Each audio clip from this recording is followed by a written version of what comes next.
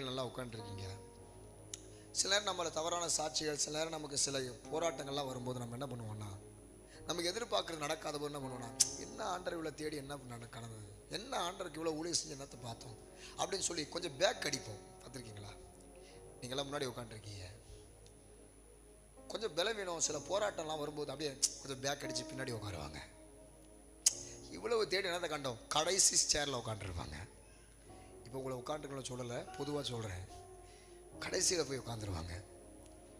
ஆனால் இயேசு அவளை கண்டார்.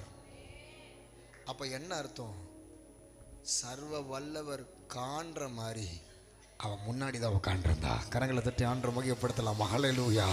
கர்த்தர் யாருக்கோ சொல்றார், நீ என் கண் முன்னாடி இருக்கிற, நீ என் கண் முன்னாடி இருக்கிற, நீ என் கண் முன்னாடி இருக்கிற. அப்படின்னா என்ன பாஸ்டர்?